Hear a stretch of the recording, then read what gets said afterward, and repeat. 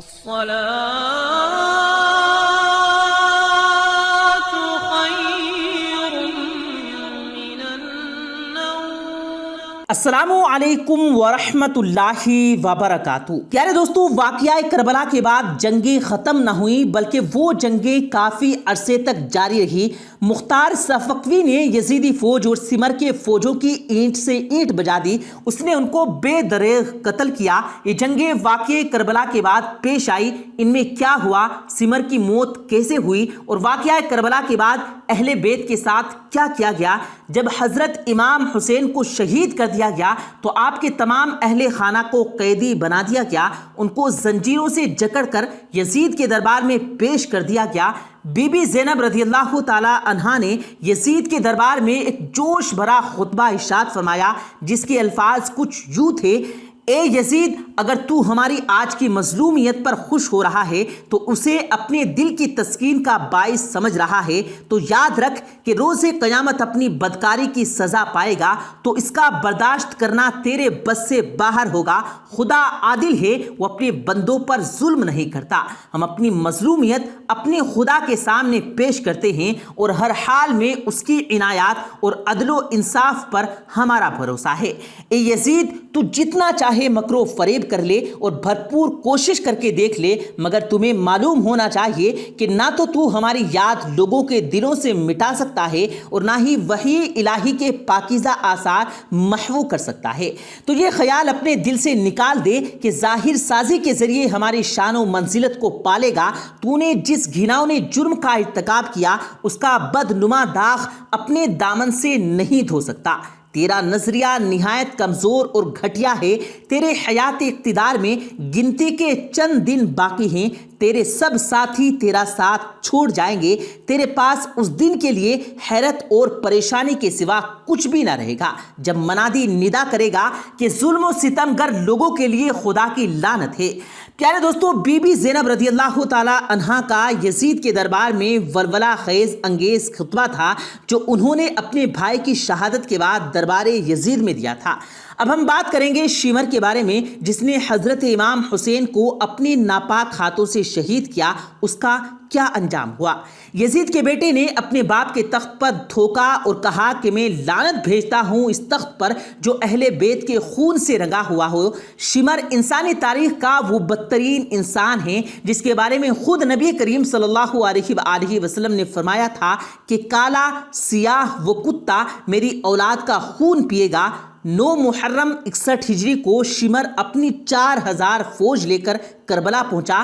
ایک روایت کے مطابق شمر نے حضرت امام حسین کو شہید کیا اور اپنے گھوڑے ان کے جسم اتھر پر دوڑائے، پھر آپ کے سینے پر بیٹھ کر آپ کے جسم سے آپ کا سر تن سے جدا کر دیا۔ شمر بن ذی الجوشن، شمر کا اصلی نام مشاہب تھا، اس کے باپ کا نام ذی الجوشن تھا، اس کا تعلق بنی کلاب قبیلے سے تھا۔ حضرت عباس کی والدہ بھی اسی قبیلے سے تعلق رکھتی تھی۔ شروع میں شمر حضرت علی رضی اللہ تعالی عنہ کے لشکر میں تھا اور جنگ صفین میں بھی حصہ لے چکا تھا۔ اس کو برس کی بیماری تھی جس کی وجہ سے اس کے منہ پر کالے سفید نشان تھے۔ یہی وہ بدبخت ہے جس کے بارے میں حضور نبی کریم صلی اللہ علیہ وسلم نے فرمایا تھا کہ ایک کالا سیاہ کتا اب میری اولاد کا خون پیے گا۔ جب حضرت امام حسین کربلا پہنچے تو انہوں نے اس مسئلے کو گفتگو کے ذریعے حل کرنے کی کوشش کی۔ 9 محرم الحرام کو شمر اپنی 4000 فوج لے کر کربلا پہنچا اور ساتھ میں عبید اللہ بن زیاد کا دھمکی آمیز خط بھی۔ جب خط اہل بیت نے دیکھا تو امن کے اس موقف کو کھو دینے کی وجہ سے وہ زیاد پر چلائے اور شمر کو اس کی فوج کا کمانڈر بنا دیا گیا۔ حضرت عباس کی والدہ اور شمر ایک ہی قبیلے سے تھے، ایک روایت کے مطابق وہ شمر کی بہن ہی تھی۔ اسی بنا پر 9 محرم کو وہ امام حسین کے خیمے کے پاس پہنچا اور پوچھنے لگا میرے بھتیجے کہاں ہیں؟ یہ سن کر عباس، عبداللہ، عثمان اور جعفر باہر آئے اور پوچھنے لگے تم کیا چاہتے ہو؟ شمر نے کہا میں تمہاری عبید اللہ بن زیاد سے تمہاری بخشش کروا دوں گا، لہٰذا تم اپنے بھائی کو چھوڑ کر یہاں سے چلے جاؤ۔ یہ سن کر حضرت عباس ابن علی نے اس پر لعنت بھیجی اور کہا کہ اگر ہمیں 100 زندگیاں بھی دی جائیں تو بھی ہم حضرت امام حسین پر قربان کر سکتے ہیں۔ 10 محرم الحرام کے دن جب حضرت امام حسین فوج کو لے کر اہل بیت انہیں اور حضرت محمد صلی اللہ علیہ وآلہ وسلم کے اہل بیت سے محبت کے شاداب سننے لگتے ہیں تو شمر انہیں روک دیتا ہے۔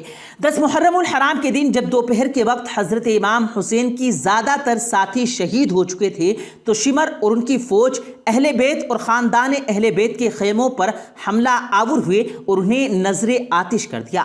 شمر اپنی فوج کو امام حسین اور ان کے ساتھیوں پر تیر چلانے کا حکم دیتا ہے اور پھر ان پر حملہ کر دیتا ہے۔